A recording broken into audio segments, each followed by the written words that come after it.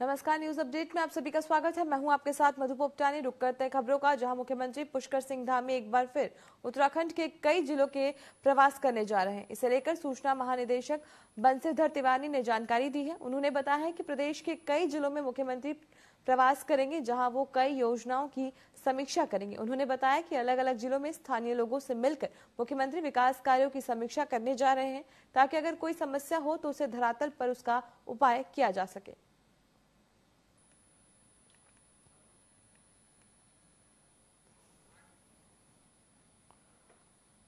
नहीं, देखिए, एक तो जिले में माननीय मुख्यमंत्री जी के द्वारा जो प्रवास किए जा रहे हैं, एक तो वहाँ पर समीक्षा है सारी योजनाओं की, और जो हाल ही में सरकार ने कई नीतियों को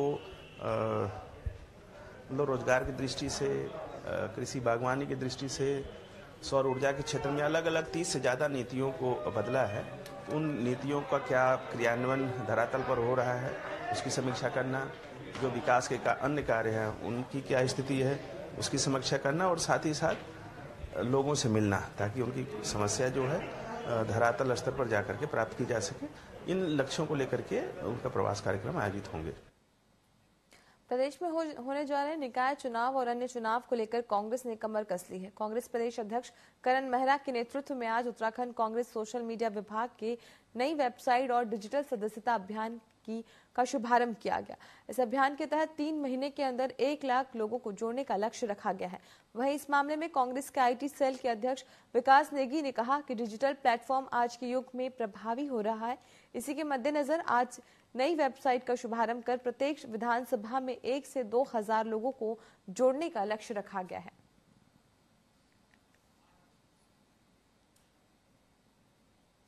ये हमारी जो उत्तराखंड कांग्रेस की वेबसाइट है, इसका शुभारंभ माननीय प्रदेश अध्यक्ष करण मेहरा जी द्वारा किया गया है।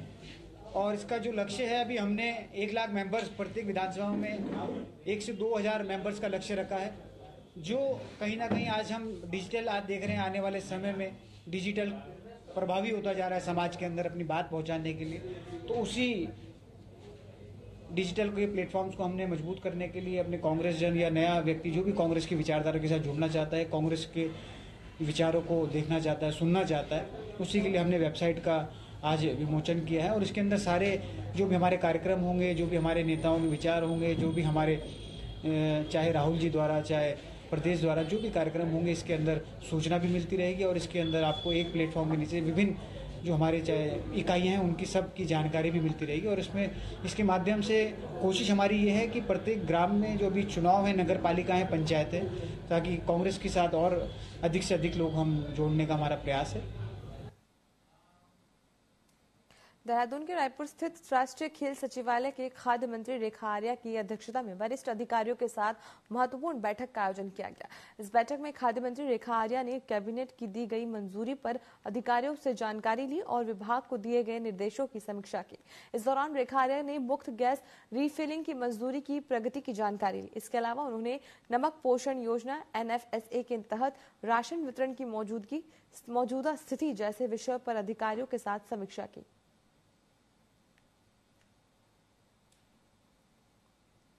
तो आज की बैठक में जिस प्रकार से पूर्व में कैबिनेट ने 3 गैस रिफिल निःशुल्क के लिए मंजूरी दी थी, उसकी क्या अद्यतन स्थिति है, यह जानकारी।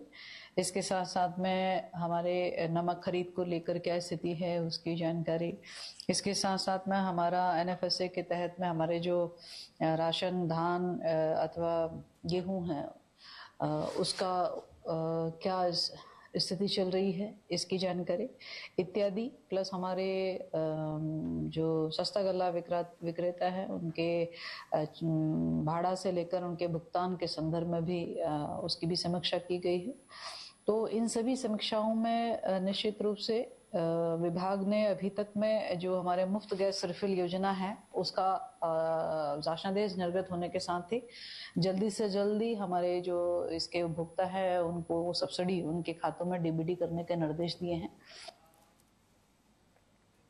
शिक्षा मंत्री डॉक्टर धन सिंह रावत ने विधानसभा स्थित कार्यालय कक्ष में विभागीय अधिकारियों की बैठक ली। बैठक में कई अहम बिंदुओं पर विस्तृत चर्चा कर उन्हें विभागीय अधिकारियों को जरूरी दिशा निर्देश दिए। बैठक में प्राथमिक शिक्षकों, एलटी शिक्षकों और प्रवक्ताओं के पद पर जल्द नियुक्ति देने, छात्र छात्राओं को समय पर पाठ्य पुस्तक उपलब्ध कराने, भारत दर्शन योजना के तहत छात्रों को शैक्षणिक भ्रमण पर ले जाने के निर्देश भी अधिकारियों को दिए गए।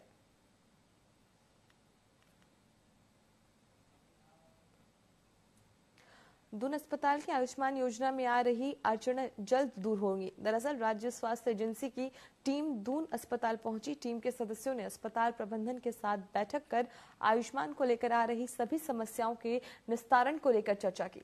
इस दौरान टीम के आयुष्मान योजना के तहत उपचार करने वाले मरीजों के लिए तय की गई कुछ नई गाइडलाइंस के बारे में भी बताया गया। दून मेडिकल कॉलेज की प्राचार्य डॉक्टर गीता जैन ने बताया कि टीम के साथ हुई बैठक में कमियों को दूर करने पर चर्चा की गई है। इसके तहत अब अस्पताल में भर्ती होने वाले मरीजों की जांच रिपोर्ट भी लगाई जाएगी।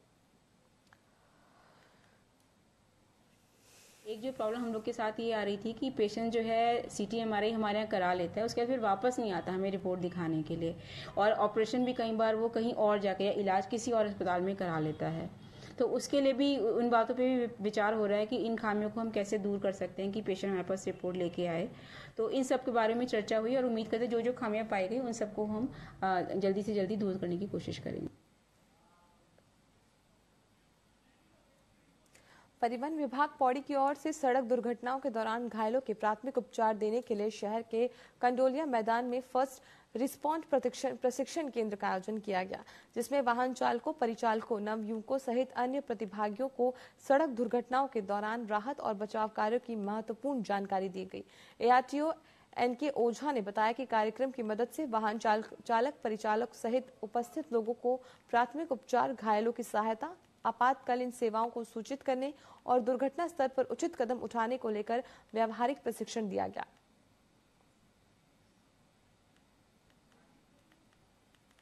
फर्स्ट रिस्पॉन्सिबिलिटी वो ट्रेनिंग थी वहाँ पे रखी हुई।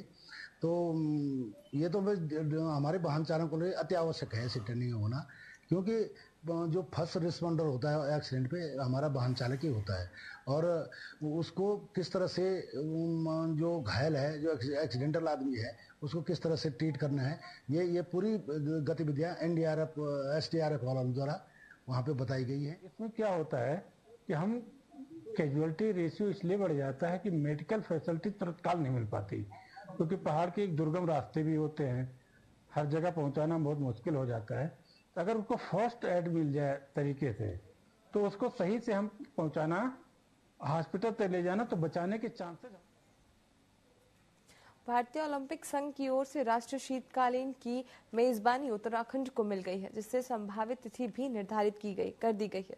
सही समय पर यदि औली के बर्फबारी होती है तो 29 जनवरी से 2 फरवरी तक सीनियर नेशनल स्काईकिंग प्रतियोगिता का आयोजन औली में किया जाएगा, जिसके alpine slalom, giant slalom, snowboard, नेटिंग, स्की माउंटेनिंग की प्रतियोगिताएं आयोजित की जाएंगी।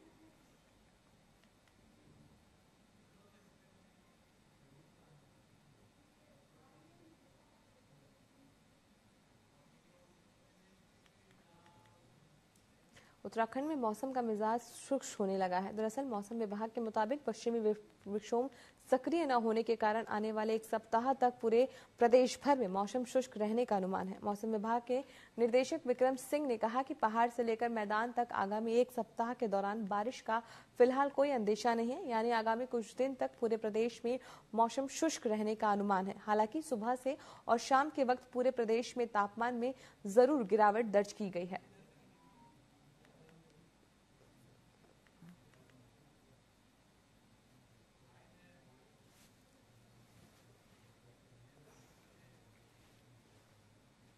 पच्चीस से 26 के आसपास है, और इसी तरह हिल्स में अगर आप जा रहे हैं तो वहाँ पर वो जो है करीब 15-16 डिग्री है। तो हिल्स में तो ठंडा है ही है, काफ़ी ठंडा हो गया, लेकिन मैदानी क्षेत्रों में भी सुबह शाम खासकर अगर देखेंगे तो काफ़ी ठंडा है। तो लोगों को इससे बचाव करना चाहिए, और अभी आगे एक वीक भी जो स्थिति है वो करीब ऐसे ही रहने वाली है, कोई इसमें विशेष परिवर्तन है नहीं। विश्व दिव्यांग दिवस पर 3 दिसंबर को देहरादून में अल्मोड़ा जिले के 6 दिव्यांगजनों को सम्मानित किया जाएगा। सीएम पुष्कर सिंह धामी उन्हें पुरस्कार देंगे। चयनित दिव्यांगजनों में स्वतः रोजगार श्रेणी में विनीता तागड़ी, नीमा मटेला और चंदन नटवाल दक्ष, दिव्यांगन खिलाड़ी श्रेणी में गरिमा जोशी और उत्कृष्ट दिव्यांग कर्मचारी श्रेणी में रमेश राम और भुवन चंद्र मिश्रा का नाम शामिल है। जिला समाज कल्याण अधिकारी ने बताया कि यह चयन जिलाधिकारी की अध्यक्षता में हुई बैठक में किया गया है। सम्मान का उद्देश्य दिव्यांगजनों की मेहनत और संघर्ष को पहचान दिलाना है।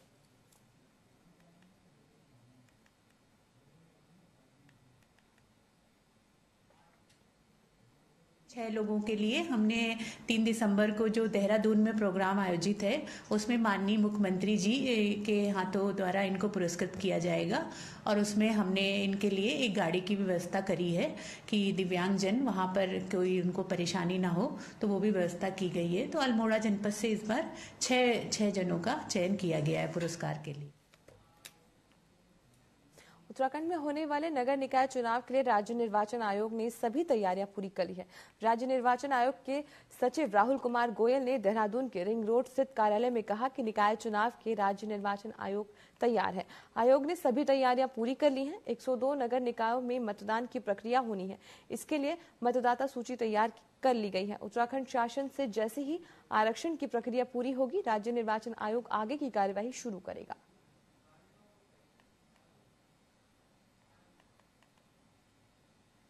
देखिए, राज्य निर्वाचन आयोग की संपूर्ण तैयारियां हो चुकी हैं। 102 निकाय जो हैं उन सभी की वोटर लिस्ट हमारी अद्यतन है, बिल्कुल तैयार है। शासन स्तर से जैसे ही हम लोगों को आरक्षण विभिन्न पदों का प्राप्त हो जाएगा तो हम चुनाव की प्रक्रिया को आगे बढ़ेंगे। हरिद्वार के आबादी वाले क्षेत्रों में जंगली हाथियों की दस्तक थमने का नाम नहीं ले रही है। बहारबदा क्षेत्र में अचानक एक हाथी के आने से स्थानीय लोगों में हड़कंप मच गया। हाथी एक रिहायशी इलाके में पहुंच गया, जिससे लोग अपनी जान बचाने के लिए इधर उधर भागने लगे। हालांकि हाथी ने किसी को नुकसान नहीं पहुंचाया।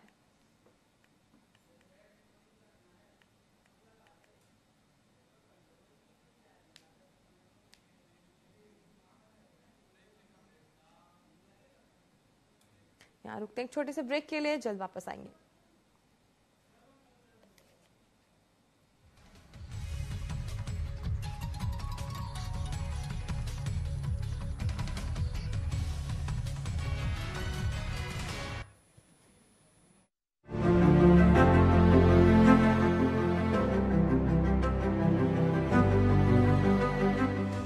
प्रदेश की विष्णुदेव सरकार ने लोगों की सेवा, सहयोग और सरकार के बीच संवाद को मजबूत बनाने के लिए मुख्यमंत्री जनदर्शन कार्यक्रम की शुरुआत की है। जनदर्शन के दिन यहाँ पर आप लोग आएंगे, मुलाकात करेंगे। आप लोगों की जो समस्या होगी वो एक एक समस्या यहाँ पर रजिस्टर्ड होगा और पूरी तरह से सरकार में सुशासन और पारदर्शिता लाने का प्रयास होगा।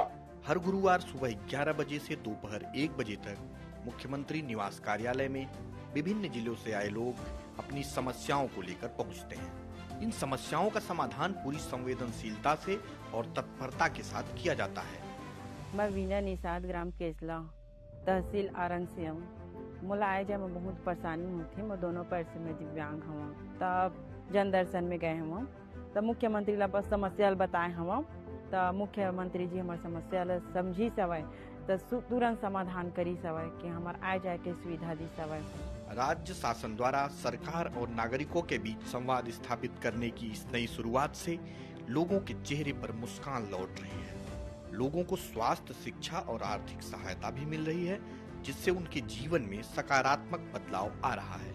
मेरा बच्चा यहाँ खेलते समय आकस्मिक दुर्घटनाग्रस्त हो गया था। बच्चे का आंख बाहर आ गया था। फिर हम लोगों को पता चला, जन दर्शन के माध्यम से मुख्यमंत्री से मिलने का मौका मिला और 1 हफ्ते के अंतर्गत सफलतापूर्वक उसका इलाज किया गया। इसके लिए हम सब परिवार की ओर से मुख्यमंत्री शासन को हार्दिक दिल से धन्यवाद देते हैं। सुशासन के लिए संकल्पित विष्णुदेव सरकार जन दर्शन कार्यक्रम बन रहा खुशियों का आधार।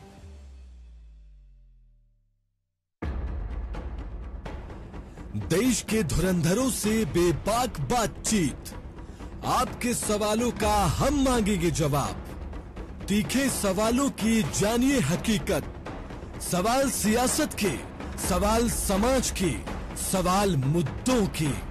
सच जो आप जानना चाहते हैं, हम लाएंगे दिग्गजों का सच सामने। बिना पर्दा, बेझिझक, बेबाक, सवालों का तूफान, जवाबों का सैलाब। देखते रहिए चैनल हेड मोहित साहू के साथ सीधी बात माननीय के साथ, हर रविवार शाम 7 बजे सिर्फ टीवी 24 पर।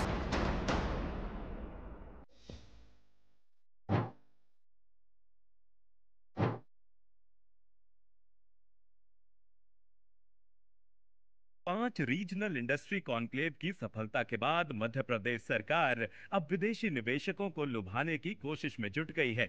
इसी मकसद से मुख्यमंत्री डॉक्टर मोहन यादव जर्मनी और इंग्लैंड के दौरे पर जा रहे हैं, जहां वो विदेशी निवेशकों को एमपी में निवेश के लिए प्रोत्साहित करेंगे। लंदन और म्यूनिख में उद्योग जगत की हस्तियों के साथ मुलाकात में उनका फोकस फार्मास्यूटिकल, आईटी, माइंस और ऑटोमोबाइल क्षेत्र में इन्वेस्टमेंट लाने पर रहेगा। यहां फ्रेंड्स ऑफ एमपी ग्रुप और दुनिया को संसाधनों से समृद्ध मध्य प्रदेश का परिचय कराया जाएगा। मध्य प्रदेश की औद्योगिक नीति, उत्कृष्ट लॉजिस्टिक कनेक्टिविटी, 314 से ज्यादा औद्योगिक क्षेत्र, 1.25 लाख एकड़ से ज्यादा लैंड बैंक, प्रचुर प्राकृतिक संसाधन और उच्च कुशल मानव संसाधन निवेशकों के लिए आकर्षक साबित हो रहे हैं।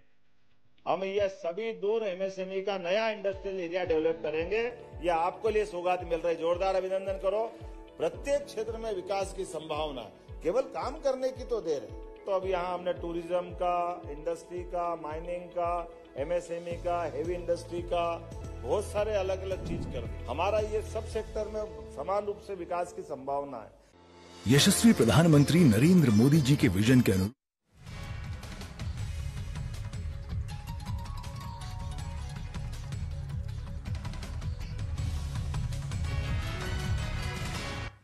ब्रेक के बाद आप सभी का फिर से स्वागत है। रुक करते हैं खबरों का, जहां उत्तराखंड के नगर निकाय चुनाव दिसंबर महीने में होने की संभावना है। इसको लेकर शहरी विकास विभाग और राज्य निर्वाचन आयोग ने अपनी तैयारियां तेज कर ली हैं। राज्य के शहरी विकास मंत्री डॉक्टर प्रेमचंद अग्रवाल ने बताया कि ओबीसी आरक्षण संबंधित आदेश के राज्य भवन से जल्द मंजूरी मिलने की संभावना है। राज्य भवन से मंजूरी मिलने के बाद सरकार निकाय चुनाव के कार्यक्रमों को जारी करेगा। वहीं शहरी विकास मंत्री के जल्द निकाय चुनाव कराने के दावे को कांग्रेस ने हवाई बताया है। कांग्रेस प्रदेश अध्यक्ष करण मेहरा ने कहा कि सरकार के दावे पर हमें भरोसा नहीं है। पिछले 1 साल से सरकार निकाय चुनाव कराने का दावा करती आ रही है, लेकिन अब तक सरकार ऐसा नहीं करा पाई है। अभी हमारा आरक्षण का जो होना है उस पर हमारा अभी मंथन चल रहा है और माननीय राज्यपाल जी के पास जो हमारी ओबीसी आरक्षण को लेकर फाइल गई है वो भी अभी वहाँ लंबित है। जैसे ये सब होगा उसके बाद चुनाव कराएंगे। इसलिए 1 साल से तो जल्दी हो नहीं रही। आप कौन सी वाली जल्दी करने वाले हैं मुझे पता नहीं, और सरकार के किसी भी वक्तव्य पे कोई भरोसा नहीं है। लगातार जिस तरीके से टाला जा रहा है, आरक्षण की बात क्लियर नहीं की जा रही और चीजें नहीं है, तो इसलिए अभी कुछ कहा नहीं जा सकता। अभी हमारा आरक्षण केदारनाथ विधानसभा उपचुनाव जीतने के बाद केदारनाथ के नवनिर्वाचित विधायक आशा नौटियाल जन जन तक सरकार की योजनाओं को पहुंचाने के प्रयास में जुट गई हैं। आशा नौटियाल ने कहा कि वह जनता का आभार व्यक्त करती हैं। इसी के साथ वो अब जन जन तक सड़क, बिजली, पानी और शिक्षा की सुविधा को पहुंचाने की कवायद में जुट गई हैं। उन्होंने कहा कि सरकार की योजनाओं से क्षेत्र की जनता को लाभ दिलवाना है।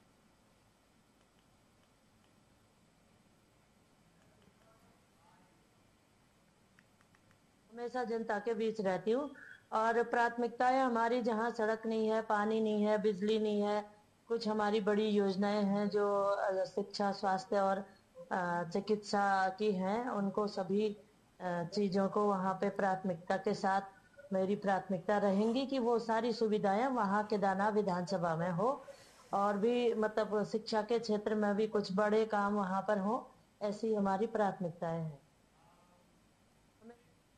उत्तराखंड की पिरन किरनियर से कांग्रेस पार्टी के विधायक फुनकार अहमद आज देहरादून पहुंचे। इस दौरान टीवी 24 संवाददाता आदिल पाशा से बात करते हुए फुनकार अहमद ने राज्य सरकार पर ग्राम पंचायत और निकाय चुनाव न कराने का आरोप लगाया। वहीं हरिद्वार जिले के किसानों के गन्ना मुख्य विकाय को लेकर भी विरोध जताया और अन्य आरोप सरकार पर लगाए। उत्तराखंड में वैसे अगर देखा जाए तो निकाय चुनाव को लेकर क्योंकि 1 साल होने वाला है और राज्य सरकार लगातार कहती रही कि जल्द ही राज्य में निकाय चुनाव होगा, लेकिन अब एक जो अहम मुद्दा है वो है ग्राम पंचायतों का कार्यकाल खत्म होना। 27 नवंबर 2024 को उत्तराखंड की जो ग्राम पंचायत है उनका कार्यकाल समाप्त हो रहा है। तो इन सब मुद्दों को लेकर मेरे साथ बात करने के लिए कांग्रेस के प्राण कलियर से विधायक फुरकान अहमद हैं, क्योंकि ग्रामीण क्षेत्र है। सीधा इनसे जाते हैं, ग्राम पंचायत में भी अब प्रशासकों की नियुक्ति हो गई। सर बहुत स्वागत है। धन्यवाद। विधायक साहब, अब पंचायतों का भी कार्यकाल खत्म हो रहा है और प्रशासकों की नियुक्ति हो गई है, तो कैसे देख रहे हैं आप, चुनाव कब तक हो जाए? सरकार चुनाव से बचती है, क्योंकि जब मालूम था कि हमारा कार्यकाल पूरा होने के लिए जा रहा, तो पहले से ही सरकार को तैयारी करनी चाहिए, चाहे हमारे नगर के चुनाव हो चाहे पंचायत के चुनाव हो। आज पंचायत का भी कार्यकाल पूरा हो चुका, उन्हें भी प्रशासक नियुक्त किए करे जा रहे हैं। क्या तो उन्हें जो पुराने प्रधान थे उन्हें चार्ज देना चाहिए था, वरना टाइम पर चुनाव होने चाहिए। और लगभग निकाय के 1 साल बीत चुका है, अब तक के सरकार चुनाव की कार्रवाई नहीं शुरू करी। मेरी तो मांग है कि जब भी कोई भी चुनाव हो, चाहे पंचायत का हो चाहे निकाय का हो, वो टाइम पर होने चाहिए और सरकार तत्काल चुनाव कराए। इसके विधायक हैं भारतीय जनता पार्टी के लैंसडाउन से दिलीप सिंह रावत, वो कह रहे हैं कि विशेष सत्र जो वन अधिनियम है उसको, क्योंकि उत्तराखंड में देखा जाए तो जो जंगली जानवर हैं वो कई बार हानि पहुंचाते हैं, तो उनका कहना है कि अगर सरकार विशेष सत्र नहीं बुलाती तो मैं आने वाले सत्र में नहीं जाऊंगा। नहीं तो मानो वो तो उनकी बात, उन्होंने क्या कहा, मगर मानो सरकार जो मौजूदा सरकार के विधायक की बात सरकार को सुननी चाहिए और सभी विधायकों की बात सुननी चाहिए। मानो जंगली जानवर, हमें भी पता कि हमारे प्लेन में भी बहुत जंगली जानवर फसलों को बर्बाद करते हैं। हमारा मेन खेती गन्ने की होती है, गन्ने की बर्बादी जंगली जानवर करते हैं। तो सरकार ने हर बार कई बार विधानसभा में भी मुद्दा उठाया, तो सरकार ने कहा कि हम बाड़े बनाएंगे, और अब तक के मुझे उम्मीद है कि कहीं भी बाड़े नहीं बनाएंगे। तो सरकार को ध्यान देना चाहिए कि अगर हमारी फसल बर्बाद होगी तो हमारे किसान भूखमरी के कंगाल पहुंच जाएगा। आखिरी सवाल बस, क्या लग रहा है पंचायत चुनाव अब क्योंकि प्रशासक जैसे आ गए हैं तो लग क्या रहा है कि 1-2 महीने में चुनाव हो जाएगा?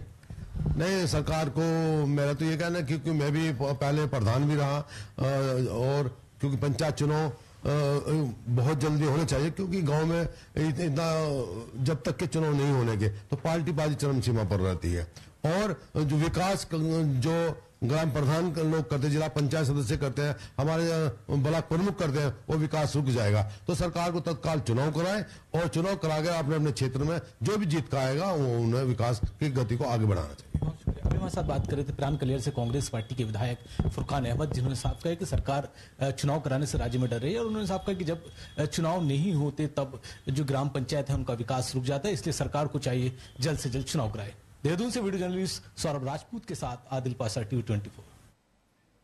न्यूज अपडेट में फिलहाल के लिए इतना ही। अब बने रहें TV24 के साथ। नमस्कार।